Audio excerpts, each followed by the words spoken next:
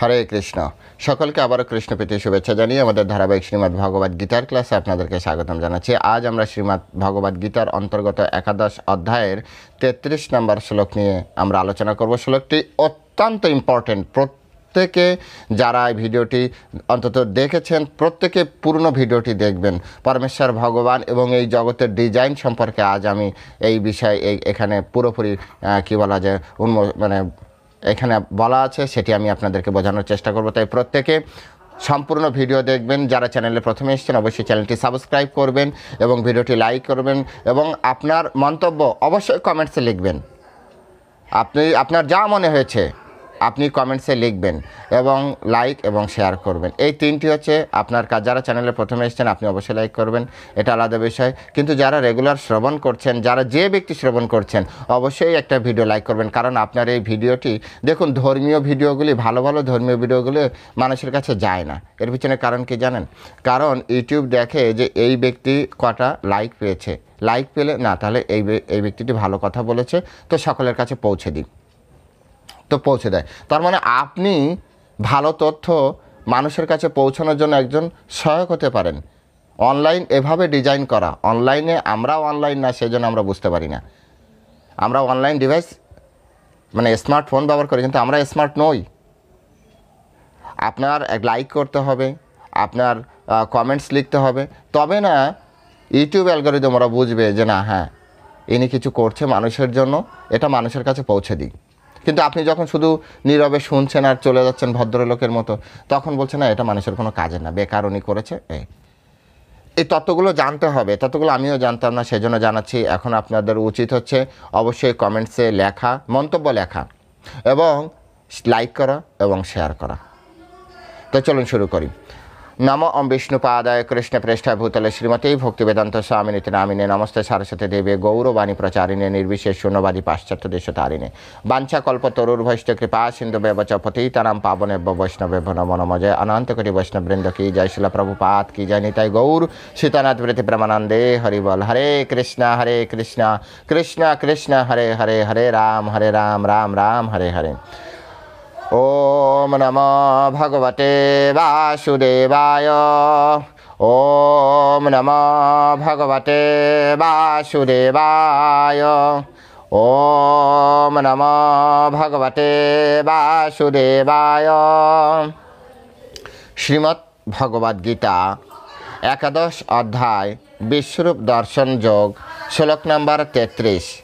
তস্মাৎ উত্তিষ্ঠ যশ লভস্য জিতা শত্রুন ভুংস রাজ্যম সমৃদ্ধম ময়ি বয়ি তে নিহিতম পূর্বমেব নিমিত্তমাত্রম ভব সব্যসাচিনম। তস্মাৎ উত্তিষ্ঠ যশ লভস্য জিতা শত্রুন ভুংস রাজ্যম সমৃদ্ধম ময়ি বয়ি তে নিহিতা পূর্বমেব নিমিত্তমাত্রম ভব সব্যসাচিনম। হরে কৃষ্ণ। এখন আমরা এই সংস্কৃত শ্লোকের শিল প্রভুপাদ কর্তৃক যে বাংলা ভাষানুবাদ দেওয়া হয়েছে সেই ভাষানুবাদ আমরা শ্রবণ করব। অনুবাদ: অতএব তুমি যুদ্ধ করার জন্য উত্থিত হও, যশ লাভ করো এবং শত্রুদের পরাজিত করে সমৃদ্ধশালী রাজ্য ভোগ করো। আমার দ্বারা এরা পূর্বেই নিহিত হয়েছে। হে সব্যসাচী, তুমি নিমিত্ত মাত্র হও। আমি আরেকবার পড়ছি। অতএব তুমি যুদ্ধ করার জন্য উত্থিত হও, যশ লাভ করো এবং শত্রুদের পরাজিত করে সমৃদ্ধশালী রাজ্য ভোগ করো। আমার দ্বারা এরা পূর্বেই নিহিত হয়েছে। হে সব্যসাচী, তুমি নিমিত্ত মাত্র হও। হরে কৃষ্ণ। জয় শিলা প্রভুপাদ কি জয়। তো এখন আমরা শিলা প্রভুপাদ কর্তৃক এই সংস্কৃত শ্লোকের উপরে যে তাৎপর্য প্রদান করা হয়েছে সেই তাৎপর্যের আলোকে আমরা এই শ্লোকটি হৃদয়ঙ্গম করার চেষ্টা করব। আমরা দেখব এই শ্লোকের মাধ্যমে আমাদের মনুষ্য জগতের জন্য পরমেশ্বর ভগবান কি মেসেজ রেখে গিয়েছেন। শিলা প্রভুপাদ এখানে বলছেন সব্যসাচীন তাকেই বলা হয় যিনি অত্যন্ত দক্ষতার সঙ্গে যুদ্ধক্ষেত্রে তীর ছুঁড়তে পারেন, সব্যসাচীন। আমাদেরকে এগুলো বুঝতে হবে।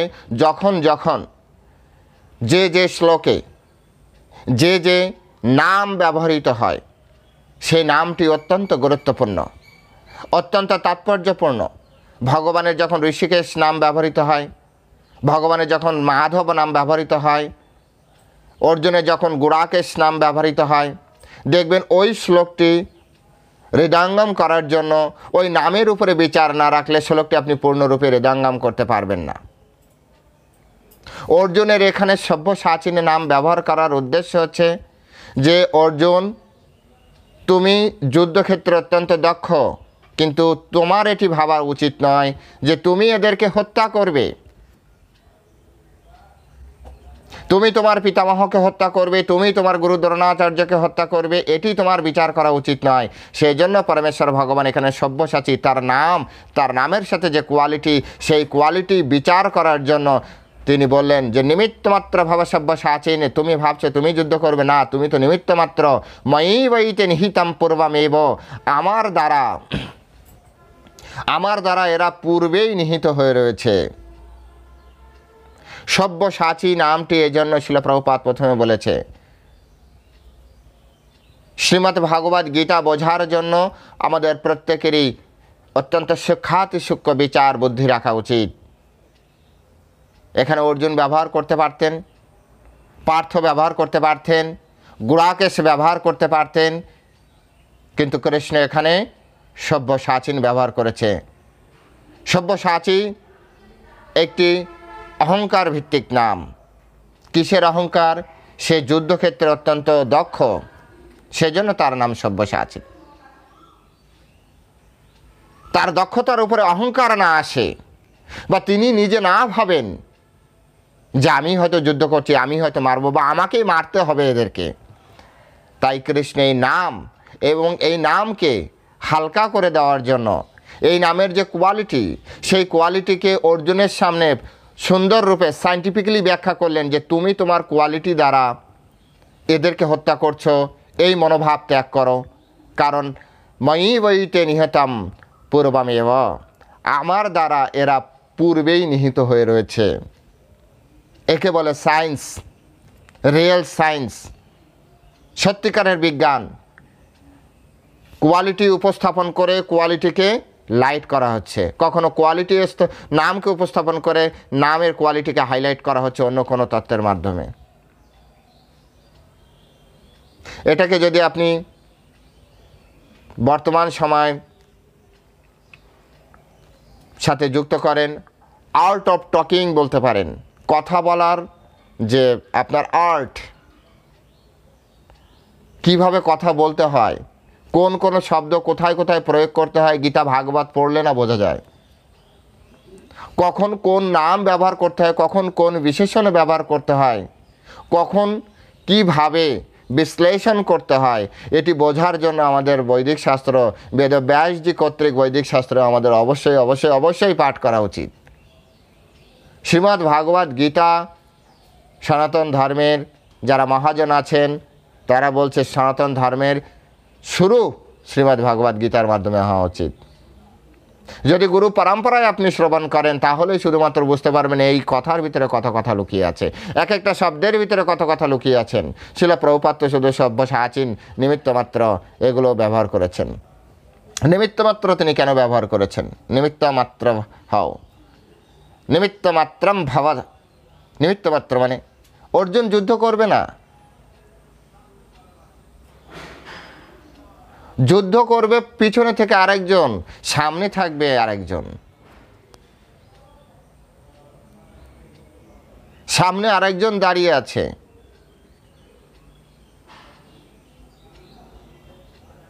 পিছনে যুদ্ধ করছে, যুদ্ধ হচ্ছে পিছনে।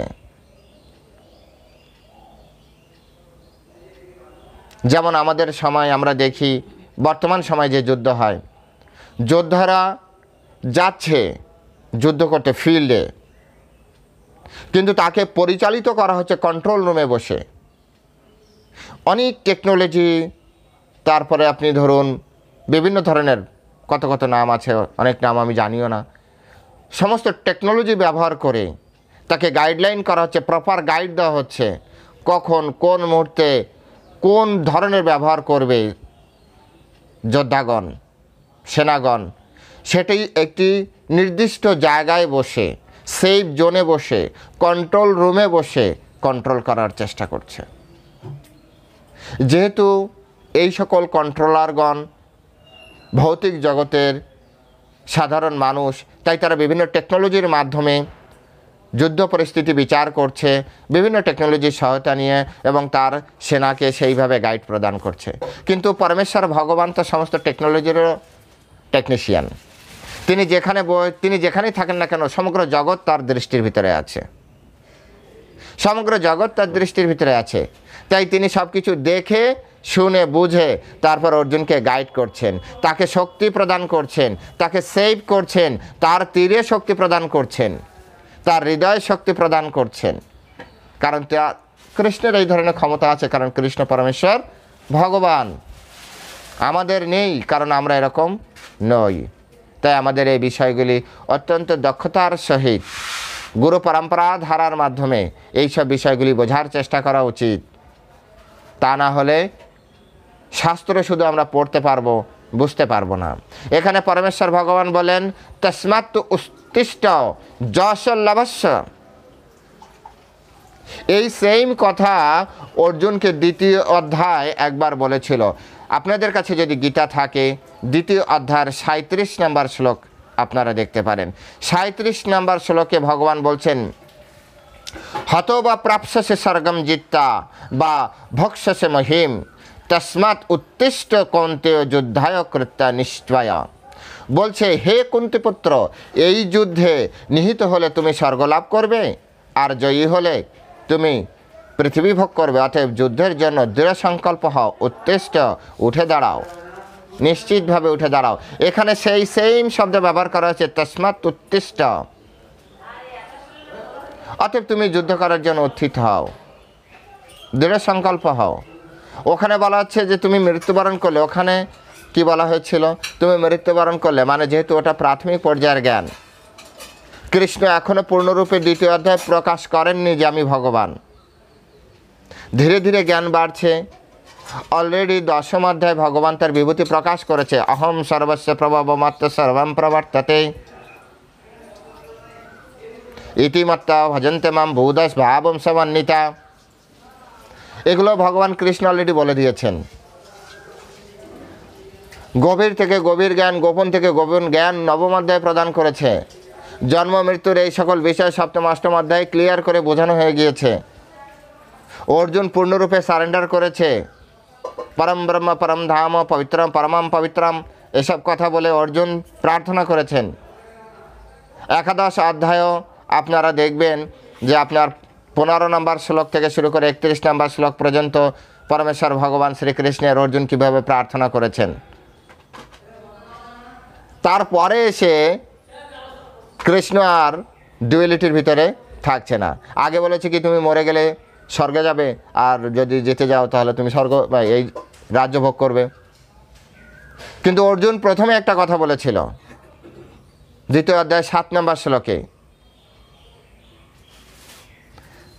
কার্পণ্য দোষ উপহত স্বভাব পৃচ্ছামি তম ধর্ম সম্মূঢ়চেতা যৎ শ্রেয় সৎ নিশ্চিতম ব্রূহি তন্মে শিষ্যস্তহম সাধি মাম তম প্রপন্নাম।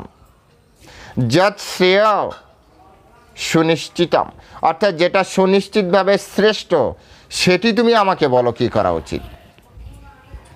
কিন্তু ওই সময়, ওই দ্বিতীয় অধ্যায় কৃষ্ণ 100% নিশ্চিত করে না বলে, কৃষ্ণ নিশ্চিত তত্ত্বর সাথে অন্য কিছু রেখে কথা বলেছে। বলেছে তুমি যদি যেত তাহলে রাজ্য ভোগ করো, যদি তুমি মৃত্যুবরণ করো এই ধর্মযুদ্ধে তুমি স্বর্গে যাবে। তো দ্বন্দ্বভাব। কিন্তু অর্জুন চেয়েছিল তুমি আমাকে নির্দিষ্ট করে বলো, কিন্তু তার মেন্টালিটি ওখানে ছিল না অর্জুনের, যে ওই সময় একটা কথাই এক সেন্টেন্সে সে বোঝে। তাই কৃষ্ণকে অনেক কথা বলতে হয়েছে। যখন অর্জুন পূর্ণরূপে কৃষ্ণের চরণে ফোকাস করতে পেরেছে, যদিও পূর্ণরূপে ফোকাস ছিল মানবদেরকে দেখানোর জন্যই সম্পূর্ণ এই লীলা সংগঠিত হয়েছে। কৃষ্ণর চরণে সম্পূর্ণরূপে যখন তিনি নিজেকে সমর্পণ করেছেন, যেভাবে 31 নম্বর শ্লোকে, 11 অধ্যায়ের 31 নম্বর শ্লোকে বলছেন, উগ্রমূর্তি তুমি কে, কৃপা করে আমাকে বলো। হে দেবশ্রেষ্ঠ, তোমাকে নমস্কার করি, তুমি প্রসন্ন হও, তুমি হচ্ছে আদি পুরুষ, আমি তোমার প্রবৃত্তি অবগত নই, আমি তোমাকে বিশেষভাবে জানতে ইচ্ছা করি। এ সকল কথাগুলি অর্জুন বলেছেন, অর্থাৎ অর্জুন এখন পূর্ণরূপে কৃষ্ণকে ভগবান রূপে মেনে নিয়েছেন। আর এই কারণে কৃষ্ণ আর দ্বন্দ্বভাবে কথা বলছেন না। আগে বলেছেন কি, ভালো করে আবার শুনুন, আগে বলেছে তুমি জিতলে স্বর্গ মানে রাজ্যভোগ, মরলে স্বর্গে। এখন তিনি এসে 33 নম্বর শ্লোকে, একাদশ অধ্যায় 33 নম্বর শ্লোকে তিনি কি বলছেন, তস্মাৎ উত্তিষ্ঠ যশ লভস্য জিতা শত্রুন ভংস রাজ্যম সমৃদ্ধম। অর্থাৎ মৃত্যুর যে একটা ভয় ছিল, মৃত্যুর যে একটা কথা ছিল, সেই কথাটা কিন্তু তিনি এই 2 লাইনে আর সেটাকে সম্পূর্ণ যে আপনার কি বলে যে আগে যে তথ্য দিয়েছিল সেই তথ্যকে তিনি মার্চ করে একটাই তথ্য করলেন। বললেন যে তুমি যুদ্ধ করার জন্য উত্থিত হও এবং যশ লাভ করো। এখন আর তিনি বলছেন না তুমি মৃত্যুবরণ করলে তুমি স্বর্গে যাবে, এখন তিনি বলছেন তুমি জিতবে, তুমি যেত। আর এটাকে আরও বেশি ফোর্স করে, আরও বেশি তিনি এটাকে বোঝানোর জন্য তিনি শব্দ ব্যবহার করলেন, আরে অর্জুন মাই বইতে নিহিতম পূর্বমে বা, এরা আমার দ্বারা পূর্বে নিহিত আছে, সুতরাং তোমার হারার কোনো অপশানই নেই, তোমার পরাজয়ের কোনো অপশানই নেই এখানে যে তুমি পরাজিত হবে, কারণ এরা অলরেডি মৃত। মৃত ব্যক্তিকে তোমাকে নিয়ে কী ভয়? মৃত ব্যক্তিকে নিয়ে আমাদের সাধারণ মানুষের ভয় থাকে, যারা আমরা ভূতের ভয়, ভূত প্রেতের ভয় যাদের আছে। কিন্তু অর্জুনের মতো যোদ্ধার, অর্জুনের মতো অত্যন্ত প্রচণ্ড পরাক্রমশালী যোদ্ধার এই ধরনের ভয় থাকার কোনো কথাই নেই। সুতরাং এগুলি আমাদেরকে বুঝতে হবে। পরমেশ্বর ভগবান শ্রীকৃষ্ণের ইচ্ছা এই জগৎ নিয়ন্ত্রিত হচ্ছে। এই জগতে যা কিছু হচ্ছে আপেক্ষিক দৃষ্টিতে আমাদের কাছে কিছু কিছু মনে হয় যে এটি হয়তো ঠিক না, ওটি হয়তো ঠিক না, কিন্তু এ সব কিছু একটা ডিভাইন অ্যারেঞ্জমেন্ট, কৃষ্ণের পরিকল্পনার একটি অংশ। পরীক্ষিত মহারাজের জীবন থেকে আমরা এটা শিখতে পারি। পরীক্ষিত মহারাজ যখন সামান্য অপরাধে কলির দ্বারা প্রভাবিত হয়ে, সেটিও ছিল কলির দ্বারা প্রভাবিত হওয়া, সামান্য অপরাধে মানে লঘু পাপে গুরুদণ্ড, ব্রাহ্মণ পুত্র কর্তৃক শাপগ্রস্ত হয়, 7 দিনের ভিতরে মৃত্যু হবে। পরীক্ষিত মহারাজ চাইলে ব্রাহ্মণ পুত্র ব্রাহ্মণের সাথে কোনো যোগাযোগ করে ক্ষমা প্রার্থনা করে তিনি তার অবস্থাকে পরিবর্তন করতে পারতেন, অথবা তিনি অহম্বোধে তক্ষককে মেরে দিতে পারতেন। কিন্তু তিনি বিচার করলেন নিশ্চয়ই কৃষ্ণের এটি পরিকল্পনা, তা নাহলে কৃষ্ণ আমাকে অ্যাজ সুন অ্যাজ পসিবল 7 দিনের ভেতরে কেন আমাকে মেসেজ দিচ্ছেন যেখান থেকে তোমাকে বেরোতে হবে। নিশ্চয়ই আমার থাকার কারণে এই পৃথিবীতে কারো না কারো অসুবিধা হচ্ছে, বিশেষ কৃষ্ণের তো কোনো অসুবিধা হচ্ছেই, কৃষ্ণের পরিকল্পনা বাস্তবায়নের কোনো অসুবিধা হচ্ছে। পরীক্ষিত মহারাজ যুধিষ্ঠির আদি পঞ্চপাণ্ডবের মতো ধার্মিক রাজা ছিলেন, অত্যন্ত প্রভাব পরাক্রমশালী রাজা ছিলেন, তার রাজ্যে প্রচণ্ড আকারে ধর্ম সবাই পালন করতেন। আর এর ফলে কি হচ্ছে, যদিও কলিযুগ, কিন্তু কলি পূর্ণরূপে গ্রাস করতে পারছে না। এটা কৃষ্ণের পরিকল্পনা, কলিযুগে কলি গ্রাস করবে। বাধা পরীক্ষিত মহারাজ। তাই কলির দ্বারা প্রভাবিত হয়ে পরীক্ষিত মহারাজকে একটি মেসেজ দেওয়া হলো যে প্রভু আপনাকে প্লিজ, আপনাকে আগে যেতে হবে, তা নাহলে আমি প্রভাব বিস্তার করতে পারছি না। এই মেসেজটি পরীক্ষিত মহারাজ তিনি বুঝতে পারলেন। আমাদের ক্ষেত্রে কষ্ট হয়, কারণ আমরা পার্থিব দৃষ্টি দ্বারা, আমাদের প্রাকৃত দৃষ্টি দ্বারা আমরা ঘটনাকে বিচার করার চেষ্টা করি, আমরা ধর্মতত্ত্ব দ্বারা ধর্মকে বিচার করার চেষ্টা করি না। কৃষ্ণের পরিকল্পনা কলিযুগ কলিযুগের মতো চলবে, দাপর যুগ দাপর যুগের মতো চলবে, ত্রেতা যুগ ত্রেতা যুগের মতো চলবে, সত্যযুগ সত্য যুগের মতো চলবে। এটা যুগের প্রবাহ। সেই প্রবাহের ভিতরে থেকে ভক্তগণ তার প্রার্থনার মাধ্যমে সে ভগবানকে প্রাপ্তি করবে, এই জগৎ থেকে সে ভগবানের কাছে ফিরে যাবে। কিন্তু প্রবাহকে নষ্ট করলে হবে না, প্রবাহকে বাধা দিলে হবে না। প্রবাহকে বাধা দেওয়া মানে প্রকৃতির আইনে আপনি প্রকৃতির সাথে ভগবত তত্ত্বের আপনি শত্রুতা করছেন। ধার্মিক ব্যক্তিরা সবসময় এটি নিজে আচরণ করে এবং পরামর্শ প্রদান করে, যুগকে যুগের মতো যেতে দিন আর আপনি আপনার গন্তব্যে চলুন। যুগকে নদীর স্রোতের মতো চিন্তা করুন। কচুরিপানাও জীব, আপনি মানুষও জীব। কচুরিপানা যারা আছে জীব, স্রোতের অনুযায়ী চলবে। মানুষ বুদ্ধিমান ব্যক্তি, ধরুন ইনি হচ্ছে ধার্মিক, তিনি একটা নৌকা নিয়ে ওই নদীতেই বিচরণ করবেন বা ওই নদীকে ব্যবহার করে তার নির্দিষ্ট লক্ষ্য তার ঘাটে পৌঁছাবেন, কারো সাথে ঝগড়া না করে, কারো সাথে মারামারি না করে, কারো সাথে বাদ বিদণ্ডা না করে।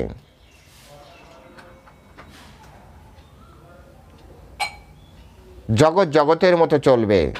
আর এই কথাটি তিনি বললেন নিমিত্তমাত্র ভব সব্য সাচিনে। নিমিত্তমাত্র শব্দের কথা হচ্ছে এই জগৎ সম্পূর্ণভাবে কৃষ্ণের শক্তি কর্তৃক নিয়ন্ত্রিত। মাত্র সর্বম প্রবর্ততে, কৃষ্ণের দ্বারা পরিচালিত হচ্ছে, কৃষ্ণের দ্বারা কার্যকারণে যুক্ত রয়েছে সব কিছু। আমার আপনার ইচ্ছে এই জগতে চলে না, আমার আপনার ইচ্ছে এই জগতে চলে না। তাই জগতে যখন কোনো ধ্বংস হচ্ছে, জগতে কোনো কিছু হচ্ছে, কৃষ্ণ কাউকে না কাউকে ব্যবহার করছে ধ্বংস করার জন্য।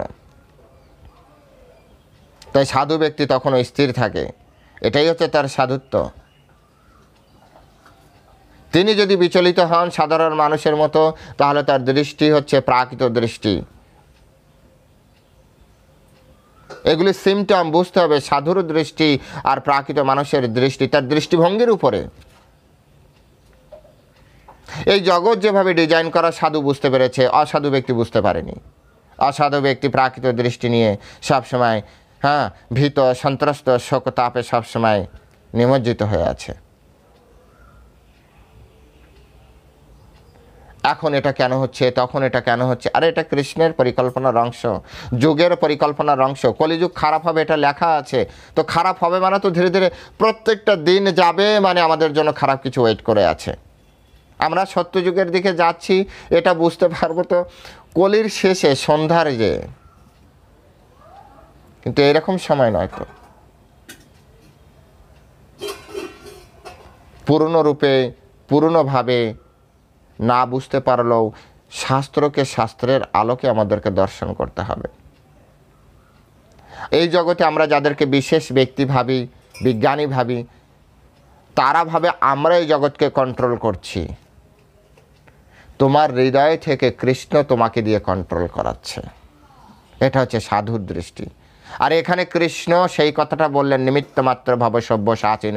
এই সব্য সাচিনটা বিজ্ঞানীদের শব্দের সাথে যুক্ত, যে তুমি বিজ্ঞানী, অর্থাৎ তুমি করবে, মানুষ দেখবে তুমি করবে।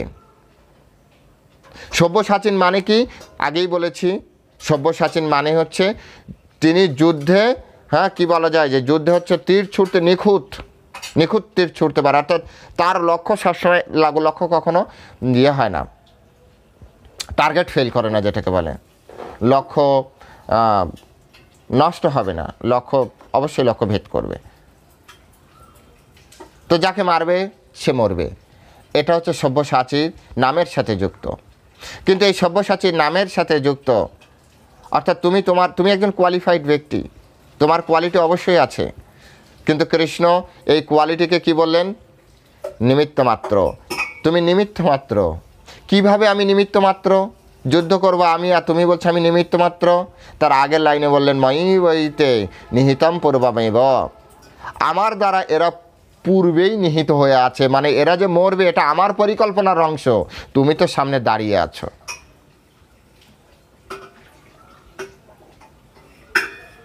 তুমি সামনে দাঁড়িয়ে আছো, জগৎ তোমাকে ফুলের মালা দিবে, কারণ আমি তোমাকে পছন্দ করেছি, আমি ফুলের মালা। অনেক সময় দেখবেন লিডার মেকাররা তারা সামনে আসে না, তারা লিডারদের মেকিং করে। পৃথিবীতে অনেক ব্যক্তি আছে যারা লিডার মেকার, তারা থাকে সবসময় ব্যাকগ্রাউন্ডে পিছনে, তাদেরকে চেনে না, কিন্তু চেনে লিডার, যিনি বিজেতা, তিনি জানেন যে আমাকে কে তৈরি করেছে, কার শক্তির প্রভাবে আমি জিতেছি। যেভাবে একটা নায়ক নায়িকা, সকলে নায়ক নায়িকাকে জানে, কিন্তু কজন ব্যক্তি আছে যারা পরিচালক প্রযোজককে জানে? কজন ব্যক্তি আছে যারা গীতিকার সুরকার অথবা রাইটারের নাম জানে? কজন ব্যক্তি আছে? আর জানলেও খুব কম, জানে না তা বলবো না, জানে কম সংখ্যক। সবাই আমরা নায়ক নায়িকাকেই দেখি, আমরা ভাবি নায়ক গান করছে, কিন্তু নায়ক কখনো গান করে না। কিন্তু আমরা ভেবে নিই ওই মুহূর্তের জন্য যে নায়ক গান করছে। গান অন্য কেউ করছে, গানের প্রশংসা অন্য কেউ নিচ্ছে।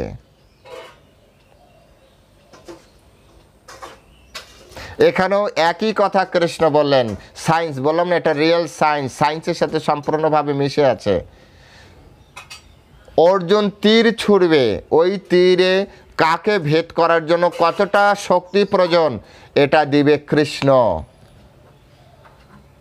কোন তীরে কতটা শক্তি প্রয়োজন, কোন তীর কতটা ভয়াবহ হওয়া উচিত, এটা কৃষ্ণ নির্ধারণ করবে। তাই তো কৃষ্ণ জোর করে বলতে পারেন নিমিত্ত মাত্র ভাবার জন্য। যুদ্ধের আগে কেউ জয় পরাজয় এরকম বলে নাকি? কৃষ্ণ এখানে বলেন তস্মাৎ উত্তিষ্ঠ যশ লাভস্য, তুমি যশ লাভ করো, উঠে দাঁড়াও, যশ লাভ করো, যুদ্ধ করো। মানে নিশ্চিত নিশ্চিত অর্জুনের ভিতরে যাতে কোনো ডাউট না থাকে, কারণ আগে একবার বলেছিল তুমি দাঁড়াও, উঠে দাঁড়াও, যুদ্ধ করো, জিতলে এই জগৎ ভোগ করবে, মরলে স্বর্গে যাবে। তো আবারও সেই উত্তিষ্ট বলল। তো আগে একবার বলেছিল যে কৃষ্ণ আপনি তো আগে একবার বলেছিলেন যে মরে গেলে, তো এবার মরবে না, এবার বলছে তোমার মরার কোনো চান্স নেই, কারণ আমি এদেরকে মেরে রেখেছি। জিতা শত্রুন, তুমি শত্রুদের জয় করো। শত্রুদের জয় করার মানে কি? নিজে মরবে? নিজে মরলে কি শত্রুদের জয় হয়? নিজে বেঁচে থেকে শত্রুদের মারবে। প্রত্যেকটা কথাই দেখেছেন, প্রত্যেকটা শব্দের উপরে বিচার করা দরকার। অ্যাট এ গ্লান্স বলছি, অ্যাট এ গ্লান্স একবার বিচার করুন। বলছে তস্মাৎ উত্তিষ্ঠ যশ লভস্য, সুতরাং তুমি দৃঢ় সংকল্প হয়ে যুদ্ধ করো এবং উত্তিষ্ঠ মানে কি? জেগে ওঠো। উত্তিষ্ঠ শব্দ মূল শব্দ হচ্ছে তুমি জেগে ওঠো, উত্তিষ্ঠ উঠো, দাঁড়াও। তো এখানে যুদ্ধের নিমিত্ত সেহেতু যুদ্ধ করার জন্য দৃঢ় সংকল্প হও, উত্থিত হও। যশ লভস্য, যশ লাভ করো। জিতা শত্রুন, যশ লাভ আমি কীভাবে করব? তুমি বললে উঠে দাঁড়াও, দাঁড়ালাম। তারপর তুমি বলছো যে আমি যশ লাভ করব। তো যশ লাভ করতে গেলে তো যুদ্ধে আমাকে জিততে হবে। জিততে গেলে জেতার সাথে প্রশ্ন এসেছে যে আমার মৃত্যুবরণ করলে হবে না। তো বলছে যে জিতা শত্রুন, তুমি শত্রুদের জয় করতে পারবে। তার মানে যশ লভস্য, জিতা শত্রুন দ্বারা তিনি কি করলেন? সাপোর্ট দিলেন যে না তুমি অবশ্যই যশ লাভ করবে। এবং জিতা শত্রুনকে সাপোর্ট করলেন কি? ভংস রাজ্য সমৃদ্ধম, তুমি এই সমৃদ্ধশালী রাজ্যকে ভোগ করো। জিতে তুমি কি করবে? শত্রুদের জিতে ভংস রাজ্যম সমৃদ্ধম, তুমি রাজ্য ভোগ করবে, আগে যেটা বলেছিল। তো কোনো রকম কি মানে মরে যাওয়ার চান্স আছে কি না, যুদ্ধে যাচ্ছি বাঁচবো কি না বাঁচবো, সন্দেহ থাকতেই পারে। তো কৃষ্ণ বলছেন ময়ি বইতে নিহিতম পূর্বমেব, অর্জুন তুমি চিন্তা করো না, আমার দ্বারা এরা পূর্বেই নিহিত হয়ে আছে, মানে নিশ্চিত মৃত্যু, এদেরই মৃত্যু হবে। অর্জুনের যদি মৃত্যু হতো ওই যুদ্ধক্ষেত্রে, তাহলে ওনাকেও ওই যে তুমিও মরবে, কিন্তু তোমার দাদা জিতবে, রাজা জিতবে, তুমি মরবে। কিন্তু তা না বললে বলুন যে এরা মরে আছে, ময়ি বইতে নিহিতম পূর্বমেব, যে আমার দ্বারা এরা পূর্বেই নিহিত হয়ে আছে, সুতরাং তুমি অবশ্যই রাজ্য ভোগ করবে। অর্থাৎ ভোক্সম রাজ্যম সমৃদ্ধম, এই শব্দকে এই ময়ি বইতে নিহিতম রাজ্যম এটা দ্বারা সাপোর্ট করে রেখেছে। বুঝতে পেরেছেন? সাপোর্ট করে রেখেছে, অর্থাৎ অবশ্যই তুমি রাজ্য ভোগ করবে। তা মানে শক্তি কোথায়, ভিত্তি কি, আধার কি? যে এরা আগে থেকে আমার দ্বারা মৃত্যুবরণ করে আছে। তো আগে থেকে মৃত্যুবরণ করে আছে, তাহলে আমার যুদ্ধ করার কি দরকার? তো ময়ি বইতে নিহিতম পূর্বমেব, এই শ্লোককে সাপোর্ট করলাম নিমিত্ত মাত্র ভাব। আরে তুমি নিমিত্ত মাত্র, তুমি তো যুদ্ধ নিমিত্ত মাত্র করবে, মারবো মেরে রেখেছি আমি, তুমি নিমিত্ত মাত্র। সুতরাং এইভাবে প্রত্যেকটা শব্দ, প্রত্যেকটা সেন্টেন্স কি আমাদেরকে বুঝতে হবে যে কৃষ্ণের অ্যাকচুয়াল মেসেজ কি। আর এই জগৎ এইভাবেই চলে। এই জগতে কে কখন আসবে, এই জগতে কে কখন এই জগৎ থেকে বেরিয়ে যাবে, কে কখন রাজা হবে, কে কখন মন্ত্রী হবে, কার সাথে কার কখন রিলেশন হবে, এ সব কিছু পূর্বময়ী বইতে পূর্বমেব, এ সব কিছু পূর্বে পরিকল্পনা থাকে। আমার আপনার কর্মফল অনুযায়ী আমার আপনার গন্তব্য নির্ধারণ হয়ে থাকে। আজ যে আমি আপনাদের সামনে এই ভগবদ গীতা কথা বলছি, পূর্ব জীবন থেকে পরিকল্পিত হয়ে আছে। তাহলে কি প্রভু আপনি কেন জন্ম থেকে কথা বলতে পারলেন না? যদি পূর্ব থেকে, কোন সময় থেকে শুরু করব, তাও সব কিছু নির্ধারিত। সময়ের আগে যেমন কোনো ফল আপনি প্রাপ্তি করতে পারবেন না, সময়ের আগে ফুল প্রস্ফুটিত হবে না, ঠিক তেমনি পূর্ব জীবনের কর্মের ফল অনুযায়ী যখন যাকে দিয়ে কৃষ্ণ, আমাদের কৃষ্ণের পরিকল্পনার অংশ হিসেবে যাকে যখন যে সময় দরকার তাকে দিয়ে তখন সেটি কাজ করাবে। শিলা প্রভুপাদকে দিয়ে 70 বছর বয়সে নিয়ে গেছে, যখন তিনি বৃদ্ধ, হয়তো তার কথা বলতে গেলে 70 বছর বয়স। আপনারা চিন্তা করুন, আমি এখন আমার হাঁটতে গেলে বেশ খুব কষ্ট হয়। 70 বছর বয়সে শিলা প্রভুপাদ আমেরিকায় চলে গেলেন সনাতন ধর্ম প্রচারের জন্য, সাথে কেউ নেই, সন্ন্যাসী। সন্ন্যাসী মানে একজন অ্যাসিস্ট্যান্ট থাকার কথা, চলে গেলেন একা। কি খাবেন, কোথায় যাবেন, কোনো ঠিক নেই। শুধু একটি চিঠির উপরে ভরসা। তার এক বন্ধু আগরওয়াল, তার ছেলে আমেরিকার কোনো আমেরিকান মেয়েকে বিবাহ করে ওখানে সেটেল ছিলেন, তাকে চিঠি লিখে তিনি চলে গিয়েছিলেন। আদৌ তাকে গ্রহণ করবে কি না, তার বাড়ি কোথায় কিচ্ছু জানে না। শুধু তার বন্ধু বলেছিল যে তোমাকে নিতে আসবে অমুক জায়গায়। শিলা প্রভুপাদ চোজেন পারসন, ঠিক সময় ঠিক ব্যক্তিকে দিয়ে ঠিক কাজ। এখানে শিলা প্রভুপাদ নিমিত্তমাত্র ভাবে সভ্য সাচিন এই শ্লোকের আওতায়। শিলা প্রভুপাদ নিমিত্তমাত্র, ময়ী বইতে পূর্বম, এই সব কিছু, এই ইসকনের প্রচার, এই সব সেটআপমেন্ট কৃষ্ণ আগে থেকেই করে আছে। শিলা প্রভুপাদকে হেল্প করার জন্য ভগবানের বিশেষ বিশেষ পাওয়ারফুল ভক্ত সারা পৃথিবীর বিভিন্ন কোনায় কোনায় শিলা প্রভুপাদকে হেল্প করার জন্য তারা জন্মগ্রহণ করেছে। জন্মগতভাবে তাদের শরীর আলাদা, তাদের রক্ত মানে তাদের চামড়ার কালার আলাদা, তাদের ভাষা আলাদা, কিন্তু এরা সবাই এক নিমিত্তে এক যোগে কাজ করেছে। কারণ এরা সবাই কৃষ্ণ কেন বলবেন যে সব কিছু পূর্ব পরিকল্পিতভাবে চলছে। তখন যেমন যুদ্ধের সময় যেমন পূর্ব পরিকল্পিত, পূর্বমেব, ইসকনের ক্ষেত্রেও পূর্বমেব, বর্তমান সময়ে পূর্বমেব। সব কিছু পূর্বে থেকেই পরিকল্পিত। আমার আপনার জীবনে যা কিছু হচ্ছে পূর্ব পরিকল্পিত। সুতরাং এখানে প্রত্যেকটা মুহূর্তে আমাদের জীবনে কৃষ্ণ আমাদের সাথে আছে, কৃষ্ণ আমাদেরকে রক্ষা করছেন, অবশ্যই রক্ষিবে কৃষ্ণ, এই বিশ্বাস রেখে আমাদের জীবনযাপন করা উচিত। তথাকথিত বুদ্ধিমান যাদেরকে আমরা ভাবি, তথাকথিত বিজ্ঞানী যাদেরকে ভাবি, তথাকথিত সমাজসেবী যারা ধর্মের সাথে যুক্ত নেই, যারা যখন অহংকারে যে এই জগৎ আমরা তৈরি করছি, এই জগৎ আমরা সৃষ্টি করছি, এই জগৎ আমরা নিয়ন্ত্রণ করছি, এদের দ্বারা প্রভাবিত হওয়া উচিত না। কৃষ্ণ সব কিছু নিয়ন্ত্রণ করছেন। এটি হচ্ছে গীতার শিক্ষা। এই জগতে যা কিছু হচ্ছে, যত কিছু দেখছেন, জয় পরাজয়, যত কিছু দেখছেন আপ ডাউন, এসব কিছু কৃষ্ণের পরিকল্পনার অংশ। যুগের প্রবাহ, আপনি আপনার জায়গায় থেকে আপনি শুধু আপনার ধর্ম আচরণ করুন। কিভাবে আপনি এই জগৎ থেকে ফিরে যেতে পারেন সেটা নিয়ে বিচার করুন। বলবেন তাহলে এই যে অনেক সময় দেশে দেশে যুদ্ধ হয়, তাহলে কি আমরা হাত গুটিয়ে বসে থাকবো? যুদ্ধের জন্য যদি আপনি চুজেন পারসন হন, আপনি যুদ্ধে যাবেন, আপনি ঘরে বসতে পারবেন না। এমন ভাবেন না প্রভু এখন যুদ্ধের সময় আমরা ঘরে বসে থাকলে হবে না। যুদ্ধের জন্য চুজেন পারসন হওয়া চাই। ভগবান আগে থেকে পরিকল্পনা করে রাখে কে যুদ্ধ করবে, কে ধর্ম করবে, কে যুগের প্রবাহকে আরও কঠিন থেকে মানুষ রূপে এসে মানুষ রূপধারী ব্যক্তিরাই আপনার যুগের প্রবাহকে তারা কন্ট্রোল করে সেই নিমিত্তে মাত্র ওই দিকেই নিয়ে যাবে। কৃষ্ণের পরিকল্পনার অংশ, আপনি বুঝতে পারবেন না। যদি কেউ বলে যে আসরিক প্রবণতা প্রকাশ করছে, তাও কৃষ্ণের পরিকল্পনার অংশ। আমরা প্রচার করি, এটাও কৃষ্ণের পরিকল্পনার অংশ। কৃষ্ণ যদি চায় এখানেই ফুল স্টপ হয়ে যাবে, আমাদের এক মুহূর্তে ফুল স্টপ হয়ে যাবে। আর কৃষ্ণ যদি চায় তাহলে সারা বিশ্ব কৃষ্ণ নামে প্লাবিত হবে।